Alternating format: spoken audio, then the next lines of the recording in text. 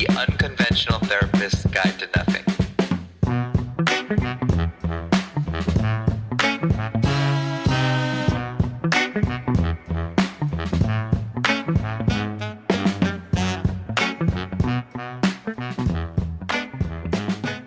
Hey, everybody, this is Dave. I'm joined here with my co-host, Greg. We are the Unconventional Therapists, and we are here doing this. We're here doing that for everyone, late as it can be.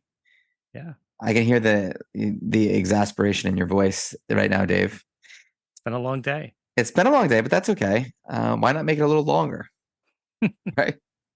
I guess that's a great way to look at it. Why not make it longer? Okay. Let's just dive right into it. I think that for once you can kind of agree. Let's just dive right into this thing. What do you think? I wasn't going to ask you how you were doing. Thanks. Because I never. Okay. I hope you're doing good. I am too. So listen, there's three pretty huge schools of psychology, and we've talked about at least one of them. But when developing a school of psychology, your theory has to answer the question, what drives our behavior, or why do we do what we do? So Frankl, we talked about that. He would describe that as meaning, like the will to meaning. Freud would make it all about sex and pleasure, and certainly an argument can be made for that. Seeking pleasure, avoiding pain. I think there's a quote about that in one of the new opioid shows. There's how there's like those opioid shows. One's on Hulu, Dope Sick, and then Netflix did like sort of an identical one.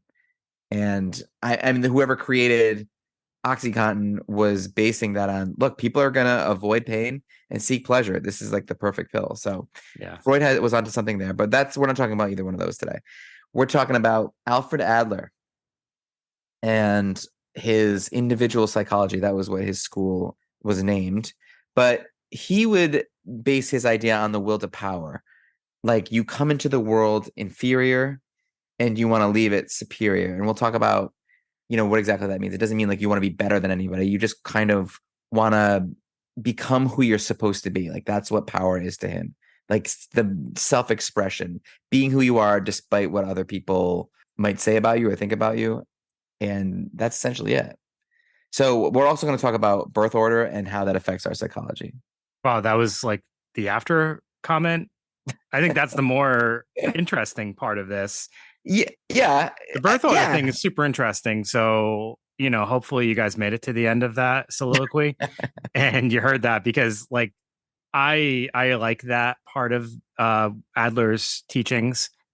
It might not be able to fit, every family dynamic 100%, but it's definitely an interesting thing to look at. And I find every time I think about it, it makes me think about my dynamics and my friends, dynamics with their siblings and things like that. I just find it interesting. Yeah, I do too. And they do make sense. Obviously, it doesn't fit every situation. And he'll talk about that. But yeah, it is pretty interesting. But before we get into that. Yeah, you're right. He will talk about that when we interview him on this episode. Are we not? We're not. Oh, this isn't an interview. We didn't get that. We didn't get that interview. That would have been a great get. Yeah. Let's talk about this guy's early life. This is, obviously interesting that he was born in Vienna in the late 1800s, which almost guarantees that you're going to be a world-renowned psychologist, because he's in Vienna with Frankl and Freud at the same exact time. Yep. And Carl Jung's hanging around there too. Crazy. Just creeping. Yeah, just hanging out, the boys, right? Ain't nothing but a gangster party. Oh my God, it's late. So he had a tough childhood, and I think that is going to play a huge role. Because if you had a tough childhood in the 19th century, you had a really, really tough childhood. And he was the third of 6 children. And when you want to talk about tough childhood, when he was 3, his brother died in the bed that they shared. Yeah, that's gross. Gross is one way to describe it. But so you can start to see, Dave, like how he comes from a huge family. Well, probably normal for the time, but he can start to see like how everyone's like fitting into their roles, right? So this kid, he was prone to accidents. He was run over twice. And this was in the late 1800s. There's not a ton of cars around. So it's he's delicate, he's sickly, he's had pneumonia, he has terrible vision, and he becomes very pampered by his mother. That is, until his mother had a new baby and the attention shifted. Worst. Yeah. Okay. So this overprotectiveness, which we see almost, it's like natural parenting these days, it creates more inferiority and brings, you further away from becoming who you're supposed to be. Because if your mother's constantly hovering over you, taking care of you, your parents are always, making sure you don't get hurt, you don't really get a chance to learn yourself and what works for you and your strengths and your weaknesses. So he noticed, though, once his her attention shifted to the new baby, he started to lean more towards his dad and the siblings. That's where he learned to kind of find his place he learned courage and individuality. And this is where he starts to think about birth order and inferiority and helicopter parents. Yeah. And, how this all creates our identity. Yep. So all things he's going to extract and then put as part of his treatment plan for what we like to call Adlerian theory. Yeah, which you don't really, ironically, do you hear anyone talking about that? Like in, around the water cooler at Never. It was in school. We talked about it briefly. And then I feel like no one ever talked about it again. Yeah. And I wonder why that is. Because it's a weird word. Yeah. Yeah. I feel like I always have to think about it before I say it to make sure I say it correctly. You want to know what it is too? In the same way, like we only knew one guy who was like, I'm going to be a psychodynamic Freudian therapist, right? We knew one guy that was going to do that. Right. And this is sort of the same thing where it's like, you really got to have someone who's willing to dig in. Well, right? I'm going to be honest. I kind of always felt like part of my work was extracted from Adler, but then also was a blend of a bunch of other different styles. Like, because we've talked about that before, like our work is definitely eclectic when we think about what theories we use in therapy. But Adler definitely has influenced the way that I work with individuals and just like some of the conversations I have. Like I do bring up the whole sibling dynamics. I don't know if you bring that up with patients, but that comes up a lot. I just recently started doing that once you start seeing that the things that happen to you as a child, the way you're treated as a child, the way you're brought up, what you're like as a child, that all plays a huge role in the things that are going on and how you handle things as an adult. It just does. And I was always of the mind that CBT, DBT, like let's take this problem, let's treat the symptoms, and who the hell cares why we have the symptoms? Let's just treat them. And I think it is, as I go on, it becomes more and more important to me to understand where these symptoms come from. See, and that's where I feel like I was always like heavy into is like, let's figure that out. And then eventually it was like, all right, well, also I got to get to that other point, like what you just described, where it's like, all right, now, like, who cares now where they're from? Let's actually change them. But I think on a personal level, I love connecting those things. So I love helping people gain insight, I think is super helpful. Because it does seem to help them. It does seem to, knowing where it came from, it's like, oh, that's why I am the way I am. I don't really need to be like that. Yes. Like, that's not really useful to me anymore. You can't really change a problem unless you even identify that there is a problem. And then you got to gain some understanding of why that problem exists in your life. Otherwise, it's going to creep back up either in the same form or a different form. Yeah, absolutely. So before we get into family constellation and birth order, which we will, Dave, don't worry. I just want to go over a quick, we're talking about his therapy, which he calls individual psychology. And there's 4 phases. It's actually super complicated. So I'm just breaking it down into 4 phases. Doesn't really do it justice. But the first phase is developing a therapeutic relationship. That is across the board, I think, in every theory. It's absolutely necessary. In this one, though, it's like really heavy on like we're a team. I'm your coach, your comrade. We're working together. We're collaborating. Like very person-centered, I would say. For those familiar with person-centered theory, like I definitely felt some heavy influences from that in this step. It's very much like I believe in you. I'm here with you. We're going to work on this together. Well, yeah. So actually, it would be the opposite, right? So Carl Rogers would be pulling from this.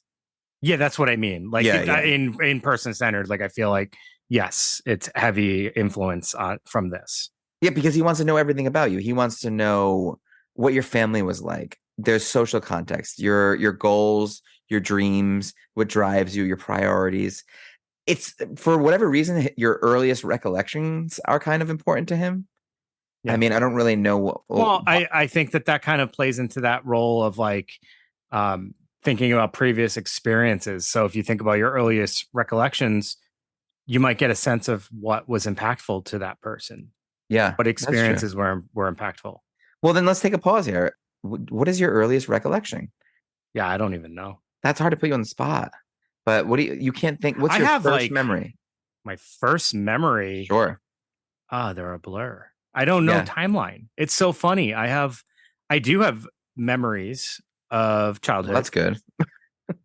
I know people who don't. I know people who have like no memory of their childhood like before middle school. And I'm like, wow, that's. No, I know what you mean when you say you don't really have a timeline, because I remember being at the California Raisins and I kind of had to look that up. That was around 87. So it was 5. And I also remember Hurricane Bob, and I'm not sure what year that was. 90. Yeah, so I was 80. 90. That's the earliest? Yeah. I don't remember. Oh, I have a ton before that. Oh, really? Before 90. Uh-huh. Yeah, no, I don't remember Greg, too much. You don't have anything from the 80s other than the California Raisins? California Raisins was it. What else is there? I mean, that's early. You just threw shade about, like, at least you have some memories, and then you don't really have any from before 8 years old. Well, I have 2 that I just named. We just actually discovered there must have been some kind of trauma. There's something here. Yeah, there's something here. Why did you repress those memories, Greg? I don't know. It all started with the California Raisins, I guess. So listen, I just wanted to point out something here. So where Adler is differing from Freud is, so Freud believes the personality is divided, right? So we have the id, the ego, superego. What Adler believes, and why all this is important in the understanding of the person, is that the person's personality is one singular thing. It's not divided into these different groups. So it can be complex, I feel like. And that's why it's so important to kind of get all this information about the person. Yeah, Jung felt that same way too. Yeah. And they would literally have arguments about this, where like Freud wasn't a huge fan of Adler at all. Yeah. And some people tend to think our quote is like really famous, like their quote is saying like what? Like he's the real father of all right. And I'm sure we're going to get into this when we talk about birth order. So I also kind of heard some shade that like Adler almost like intentionally was going against Freud because of his own personality and being that middle child who often goes against like the older children's like personality styles, that some of his his thoughts and his theories were so different than Freud, it almost felt like intentionally different. Like I'm going to go off in this direction. It's like whatever you want to say about Freud, we're talking about your personality. We're talking about the subconscious, and we're doing it because of Freud. Yeah. Like no one was talking about that besides him. Like he was the first person. Talking about subconscious, with Adler, he believed that the conscious rather than the unconscious is the center of the person's personality. So it's more important to kind of look at your conscious behaviors than think of things as being like unconscious gestures or behaviors that we're doing because of repressed things or things internal. It's more about what are your thoughts while you're doing these behaviors. And to me, like, I don't know if you feel this, but if I were working with someone and they're talking about like my conscious behaviors, it gives me way more sense that I have control over these things. Well, yeah, I actually 100% I've always agreed with that too. Like your conscious behaviors are your personality because those are the actions you're choosing to take. Yes. So that's and like here's where I can always find like damn dialectic thinking. Like I can see this some truths in both sides, and this is why I feel like I've never been able to really like fully go in on just one theory. Like I do think sometimes people unconsciously live their life and make decisions based on experiences without even thinking about why they're doing those things. Like sometimes we can make connections to things and people are like, oh, yeah, I see that. Yeah, I see what you're saying. You Like know what I where mean? they're doing it, they don't know why they're doing it, but I think they know why they're doing it. Do you Sure. understand? Like it's like Well, they're yeah, they'll make up a reason like, oh, I'm this way and that's why I do this. right, right. So that's two phases, long-winded. The third phase is just when we, encourage change wherever needed. So you really get to know this person, you find out where there needs to be change, and you implement it. And And Greg, for that phase, also, there's a lot of like positive coaching from the person supporting the therapist in that case, right? Oh, absolutely. Like, you have to want to change. You're finding things that I think what he's finding is places in your life where you have inferiority, where you feel like, for example, if you were bullied as a child, um, that made you feel a certain way, that made you feel small. And you might take that into adulthood and still be acting certain ways based on the way that those bullies treated you. It's like change your personality. So as you dig in and you find that out, you are like, all right, so I need to change this. I need to find my power here. Like I'm letting these people who treated me a certain way have power in my life. I need to get my power back. And that's what he means by like will to power. Yeah. Greg, thank you for getting so vulnerable on this podcast episode right there. Okay. Yeah. There was, I've had very slight run-ins with bullies. I did okay. Now you're going back to deflecting and avoidance. Yeah. I was a bully. No, that's not true either. And then obviously the end of that would just be turning these things that you learn about yourself into action. Like, what do you want? Who do you want to be? How do you want to act? How do you want to act, Greg? I want to act. That's another hard question though, Dave. I know you're joking with me, but it's like when you ask someone like, who do you want to be? That's a hard question. Yeah. A lot of people that come in though have a sense of who they want to be or what they don't want to be and like an idea of who they would like to be like. And I'm not like saying like they compare themselves to others, but they have like a few general ideas of what they would want to be like.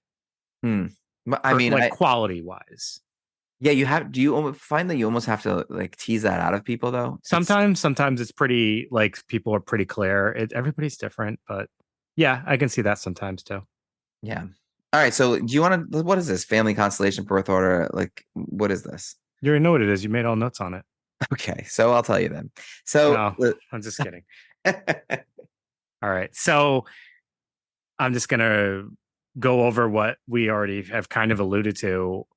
So yeah, birth order kind of being this thing that can influence personality, can influence someone's makeup, the decisions they make, all that stuff.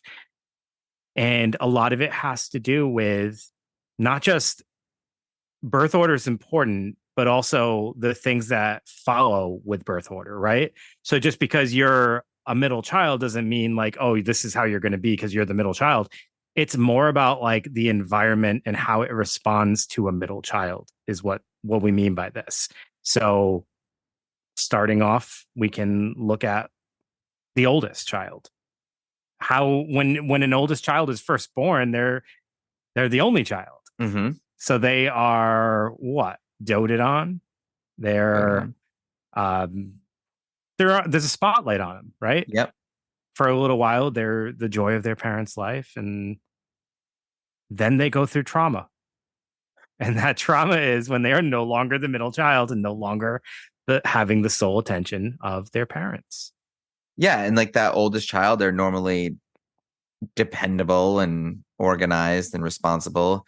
They're kind of the more traditional type of, like they sort of like they would gravitate towards like doing well in school, like math and English and things like that, where like, as we'll come to see, like the other children, they can't really try to compete in those areas. So they have to find something different. They have to find their space. So maybe they're like more artistic or whatever. Yeah. Yeah. So they get dethroned and the next child is born. Okay. And this child is often considered to be constantly trying to compete for attention. Mm-hmm. ironically, like the older sibling has a large role in the upbringing of this child at times. And that often results in the older child having like a sense of responsibility. They might be hardworking. Um, Also, I've heard that they could also be a little neurotic Hmm. because of that sense of responsibility and being kind of a child taking care of another child, I guess, in a way. But the middle child will often really try to stray away from the way the older child is. That could look like personality style. That could look like, I don't know what else you would think, like style, Yeah, I mean, the way they carry themselves. they have to find a way to make their with each subsequent child, it's harder and harder to kind of find what makes you unique. You really kind of search for that. And the middle child is getting squeezed. You're stuck between. So I mean, are we even at the middle child, or are we still going second child? No, I guess this would be the second child. Could Oh yeah. So eventually, if there's another child in the mix, they Yeah, become the middle child. right. But the second child, that's me and you, isn't it? Like you're just the second, No, or I'm the youngest. I'm one of three. oh, okay, all right. Well, then we'll have to, because I'm the second, and I find this to be kind of true about me, where I was into way different things than my sister. We kind of went, but ironically, my sister was very into strange things to begin with, so I kind of went into more normal things. So I guess it can work that way too, right? When you say normal things, you mean mustaches and golf hats? That's right. Yeah. Dude, my sister was into like spells and like She heavy still? metal. She's a little witchy, but she's toned it down quite a bit.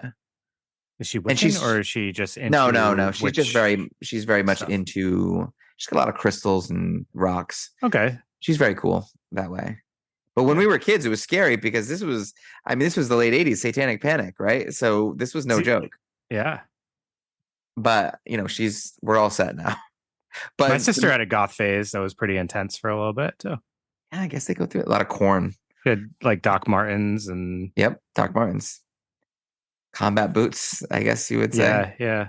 She had pink Doc Martens. Jill, if you're listening, shout out to your pink Doc Martens. That's actually a great look. So the middle child, like we were saying, getting squeezed between the oldest and the youngest. It's because like the oldest has already established themselves, right? They kind of have their place, and the younger one's gonna just get all the attention and the love. So it's really difficult for the middle child to feel special. So they can kind of become discouraged and feel unloved and disregarded. And it makes me think of my own middle child, Ben. And I think he kind of feels that way sometimes. Yeah. Yeah, it's sad, and we try our best to be aware of that and do whatever we can to kind of make him feel special. But, my oldest is into sports, like to run of the mill sports. And when he realized like he's not going to compete with Jack with sports, it's just not going to happen. So he went and got interested in other things like video games, and he's really good at that. So he did find a place. It is very common for them to find a place to excel. Just it's something different, which I think is okay. Oh, for sure. Yeah. They can't all do the same thing. No, but I wonder if that takes away from like maybe Ben could have been a great basketball player, but just because the oldest son is so much more established at it, he's like, I don't even want to bother. Yeah. Isn't that kind of interesting? So let's talk about it does make you wonder if it limits in some ways. Like the oldest child they can go for whatever. And then whatever they go for, it seems like that's off the table for the other ones. Sure. In a sense. Sure. What about you though? The youngest child. So some would say they're pampered. Uh-huh. Spoiled. Yes, that's right. They can have that little prince syndrome. That's you, little prince. Little prince. That's what your mom called you, I think, right? Yeah. Less expected from, which is I heard that's an interesting idea. I think the way that I always thought about it was by the time I came around, my parents had kind of figured it out, the whole parenting thing. Mm-hmm. Like my first sister came out, she was whatever. My second one came out, she was a little bit more challenging at times. I feel like she had her moment where she was kind of very challenging, I think. And I think a lot of that had to do with being the middle child. Sure. And then I came along and they were kind of exhausted and also just kind of, well, like I think for the longest time I kind of didn't understand also the dynamics that happen when you're the youngest male versus like the youngest female. That's So true. I like was going to mention that. I was not like overprotected. I was given lots of freedom, lots of freedom. And I think that Yeah. had I been the youngest female, that would have looked different. I probably would have been a little bit more overprotected, as I think all females can be, female daughters in certain family dynamics. Because you would think like as the youngest child, you'd feel like a ton of pressure to keep up with your siblings, but Oh, I if felt no pressure. because Yeah. they're female, right? Isn't that sort of why? A little bit of that, and a little bit because of there was an age gap, just enough where I was never like in the same school as them, Okay. and they were kind of like by the time I was in like my like older years, like they were already out of the house at some point. So Yeah. I actually went through a weird phase because of the age gap where there was a period of time where I felt like an only child. So that was an interesting experience too. What about the idea that decisions are always, well, not always, but a lot of times they're made for the youngest children, so they can, and we know how if someone else is making your choices, that can create some identity issues. Is Yeah. that something? I mean, I didn't experience that, but that Okay. could be something for sure. Because the other side of that, that's where this all like struggles, because like having, and I love the ideas here. I love how some of them really land, but then it's like you can't make it too constricted, because it's like every family is so different. Mhm. There's no way that each of these things would fit for every family dynamic. Especially the way that families are now, where there is a lot more awareness to the way you treat your children. I mean, Yes. because before it was like, all right, so we got a bunch of these kids, let them just figure it out. Like they're gonna have like a hierarchy, and they sort of start taking care of themselves. But it's kind of not like that anymore. Yeah. I think but even also cultural background has a big cultural impact on background, this. yeah. So you bring up a good point, though. You say that at one point you were the dreaded only child. So I think there is a negative connotation when it comes to only children, isn't there? Sure. It's very much very in comparison to the youngest child, with some of those things like the little prince idea, being pampered and spoiled, never really having to struggle for attention. And is that a bad thing? Because you think that it makes me wonder, because like I think if you do have to compete for attention, that can be kind of a good thing too, because you can learn positive ways to get attention. Like you might not, but you could, right? So depending on how your parents respond or how people respond around you, if you learned effective ways to get attention that aren't problematic, that can be really positive. If you never have to compete for attention, how do you learn that? Yeah, that's true. Because what would happen in like a family with multiple children is you would do something and your parents would respond one way or another. Like you do something for attention because you want the attention. And it would either be a good thing and your parents would give you that attention, or it'd be something bad and then you would be shamed or in trouble, or you'd be like, well, bad attention is better than no attention. And then you would just continue it, but you would learn something, right? Yeah. So you're saying there's another thing that they're learning when there's multiple children is like so you're talking about learning how to get your needs met, your attention, all these things. Those are good things to learn. And when there's multiple children, you're also learning that your needs aren't any more important than anybody else's needs. Like these other people need to get their needs met too. And sometimes, you might have to make a sacrifice for someone else. But I think the problem that we see with only children is they're focused on their own needs only, because that's all they know. Yeah. So that's one thing as a child, but I think sometimes as an adult, that could not come off too great. Yes. But they say they mature well, and they tend to get along really well with adults when they're young. That's great for them. Yeah, that's great for them, right? I mean, well, and here's the other part of this is like, we are, and this is all in the Adlerian theory, like context, is like humans. He believes that humans are motivated by social interactions, right? Mhm. And that we all are interested in like the sense of belonging. So that, if you think about that, when we're living amongst others, like multiple children and like, or I have siblings, we learn ways to get that. And I Mhm. just like I keep coming back to that idea of like an only child and never really having to learn ways around that. And how does that translate to them as adults? Well, and I'm thinking about only children where whatever's going on with the parents too, there's a lot of pressure on the parents because whatever their, worries or insecurities or anxieties are, those parents are going to pass those down a lot easier to an only child than they would if there was a bunch of kids that could like bounce things off each other, It seems Mhm. like if there's a bunch of kids, they can cope with things a lot easier because they have each other. They have, Yes. Yeah. it's almost like when you're watching like a movie and like, the parents are arguing, but the big brother will like hold on to the other little one, and like there's some comfort there. If you're an only child, that doesn't exist. And this is what we were talking about when you were talking about like the concepts in Adlerian theory is like we're learning through others, through our interactions with others, right? We're Yes. gaining our personality through our interactions with others. So why the family dynamics, like this whole constellation, even is important, is because it highlights how we learn based on those around us. Hmm. And only children don't learn anything, is what basically you just said. Yeah. No, Yeah. I'm just kidding. Yeah. I mean, so like it's like you got to get that kid a little friend, I Yeah. think, is Well, what you we're don't saying. have to. It's just an option. Right. Right.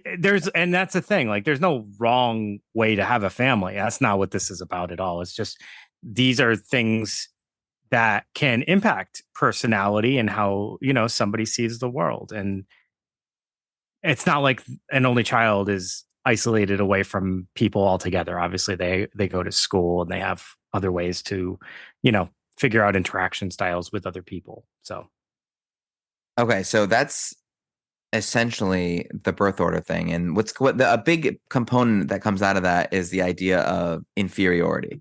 So if Adler's theory is it's based, yes, on like social interaction, he especially later on in his career he decides that that's the real driving component of human behavior when he starts working with like World War I veterans and sees how their interaction with each other is what got them through the whole thing. But before that, he really did think that it was based on a drive to power or superiority, as he calls it. But it's not the way we're thinking of superiority. It's not about being better than anybody else. It's about mastering your own life. And if you think about inferiority, when you're a child, you're inferior. You're small. Your intelligence isn't as much as the people like your parents. Like whatever his I well, like his idea is that we're all driven to overcome these feelings, and that is when when you get into what Carl Rogers would call self actualization. But all these, like, you're growing up and you're feeling inferior. That is essentially what has to happen as a child, and to become yourself, you have to overcome these inferiority complexes. That's what he's kind of talking about. So if my son is like only playing video games because that's all he felt like he could do because he was inferior to an older son, then maybe his therapy would include like, well, what is it that what else that is it that you're good at? How do I feel? How do we find your power? Like what makes you overcome that inferiority? Like yeah, that kind of idea. yeah. So he believes that inferiority is something that can actually serve people Hmm. instead of holding us down or making us just feel bad. And he actually feels it can be the wellspring of creativity, Absolutely. which is a really interesting take on inferiority. And it, Yeah, it I know. really does I give it don't a think it's whole a different spin. Yeah, I don't think it's a terrible. Well, because he came, like he had a ton of childhood illnesses, and he probably felt inferior all the time. But he found a path for himself, and I think Mhm. that's what we talk about all the time. Where finding your strengths is important, but finding your weaknesses are just as important too. Like if you hit a wall, you need to find a way around the wall. And that's all that leaning into those inferiorities is a good thing. So Dave, another interesting part about the family dynamic that I've heard through Edith Eger is she always thought of it as what is your ticket to admission to your family? And by that I mean like some families have the smart kid, some families have the funny kid that makes everyone laugh, the compassionate one. I always, we all kind of develop these personality traits that separate us from our siblings, and we provide something for the family. Like what what was your ticket to admission to your family? I mean, I would probably incorrectly say humor. Oh, that's what I would have said too, probably incorrectly myself. Yeah. Yeah. Like I But always why do you felt, incorrect? Why is that incorrect? I mean, that's just my self view. I don't know if that's actually how it's perceived. I mean, Yeah. I always felt like I was the one who would tell jokes, or it's usually like some kind of dry humor joke that Yeah. was, and I still think that's my role. And you're just taking the place down, huh? Because I feel like maybe for me, I was that too, but maybe in a more extroverted. I did a pretty solid Urkel impression. I remember that. It used to kind of kill. But yeah, like, and my sister actually she was kind of dark, but that was useful sometimes. And yeah, so like this, my cousin Dave was the smart one. Mm-hmm. My cousin Chris he was just a wild animal. Yeah. Just very strong and everything. So I mean, we all kind of had our ticket to admission to the family, and I think that's interesting. And I'm surprised it doesn't really like fit in anywhere in this. Yeah, I guess that's a good point. Like we don't really talk about that, but it's also very like that can get you feeling stuck, I think too. Like it feels like that could play in with the inferiority piece, but also like could also hinder people if they feel like it's almost like getting typecasted, right? Like, oh, I'm just the funny guy. Yeah, that's true. Or so my oldest sister was like, she's like the outgoing one. So she's the one that would like talk to all the family. Whereas like me and my other sister might have been a little bit more reserved. And yeah, so like, but like if that was her only thing, that would probably make her feel like, oh, I'm just the one that talks with everybody. And maybe that's why it's not included in this, because Adler's whole idea is becoming the best version of yourself that you could be, like uninhibited, and whoever you want to be, that's who you should be. And understanding why the way you are now may have been because of some of these inferiorities that you experienced as a child, right? Yes. Like maybe you were typecast in your role in the family, and you need to unlock. You don't have to be that way, and maybe I think that's part of his therapy. Yeah. And so, I mean, another part of this whole thing, and I think this is an important like takeaway. Childhood is not crucial in the therapy, but it is important that we look at how we currently interpreted the events from our childhood. So it's not so much in Adlerian theory that it's so much important how we felt then, it's how we're interpreting them now and how that's being demonstrated in our behaviors. Okay. I think I understand that. So if something happens to you as a kid, so you're saying that it's not important the way the child experienced it. It's how it's affecting you as an adult. Here's how I'm taking it. Yes, 100%. But here's also how I'm taking that might make more sense. I can think of situations from childhood that, let's say 10 years ago, maybe weighed heavy on me or you or anyone. And flash forward to 10 years later, they might have significantly less impact. Or it might have been something that you've worked through and now you're interpreting them different. So I don't know if this came for you with growth or with age or maturity. One way that I look at situations in the past now is I often think about the people that were also involved and what might have been fueling their behavior or their attitudes or things like that. Whereas as a child, it was a lot harder for me to think about where they were coming from. Right? That makes sense. Yeah. So like I would have felt differently or interpreted it differently as a child than I would have later in life. Yeah, I guess I'm always thinking about it in terms of the things that happen as a child. Like you behave in a way, or so something happens to you, someone bullies you, someone hurts you, someone's mean to you. You behave, you develop some kind of adaptation. You start acting differently, and then as an adult, you are a way, and you don't know why you are that way. And it can have stemmed all the way back to when you were a child. And I think uncovering that stuff's important too. Sure.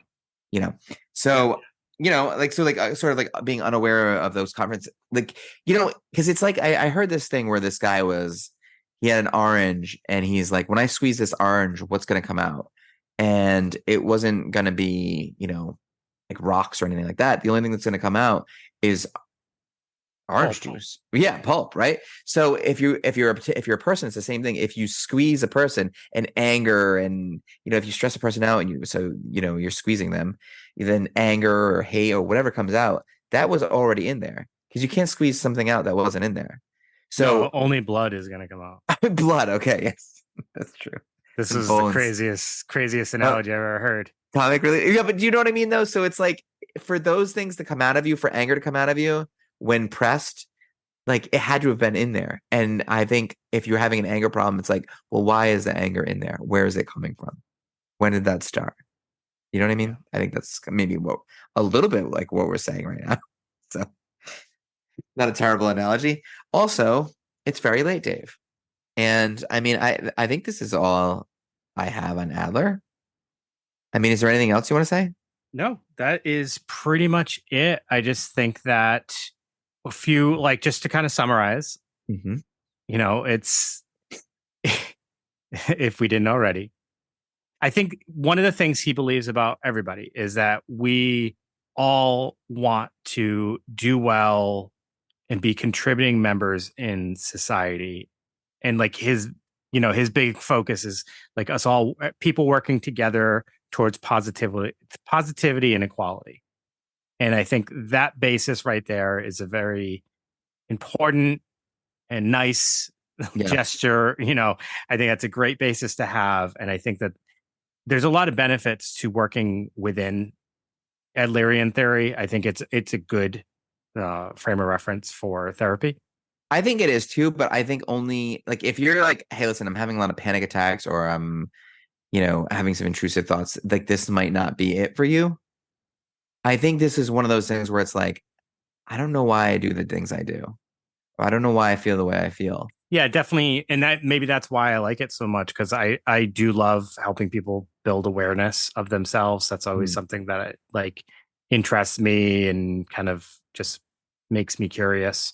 So I think that's why I like it. And you're probably right. That is definitely probably more for the type of people that it's for. Yeah. But also, like, I don't know anyone who just does one theory these days. Yeah, I know. You couldn't, because I mean, you just can't anymore. Yeah. Because we're much more results driven. I mean, this is like, all right, we're going to do Adlerian theory, and we're going to be at this for a year. You know what I mean? I mean, I'm okay with that, but I'm okay with that too. Insurance isn't, but we end up being with people for longer than that anyway. I don't know if that's good or bad. All right. Well, everybody, thank you for listening to this episode. If you did, all about Alfie. Yep. Alfred Adler, Adlerian theory, and birth order, in that order. So thank you for listening. We hope you appreciated it. We're just a couple of weeks away from spooky season, and I am not going to lie, I'm getting pretty excited about our October lineup of episodes, which, it's been a while since we pre-planned our episodes. Not going to lie, we typically come up with the episode like right after we record the previous one. That's right. So, but months ago now, we actually already had lined up our October episodes, and I am very excited for that. So I hope that you'll be excited too as we get closer. But we still got a couple more weeks in September. So for now, we'll just do our basic stuff, I guess. Yeah. I'm excited for this spooky stuff too, though. You know that. I've been waiting all year for this. I don't know, it's spooky, but it's definitely like creepy. Spooky Dark? season themed. Okay. We think you'll enjoy it. All right, everybody. Thank you so much for listening. Please continue to listen. We appreciate your support. We love your feedback. If you have it, you can always leave a review on Apple and let us know what you think. If you think we're doing a good job, if you think that we should trip out on mushrooms more, whatever you think. Okay, so it's bothering you too. No, it's not. I just it's a joke. It's a joke, Greg. It's not bothering. Thinking about it though. Have a great night, everybody. Enjoy your week. And that's it, I guess. That's it. Good night. Nothing else. That's all. It's late. Right.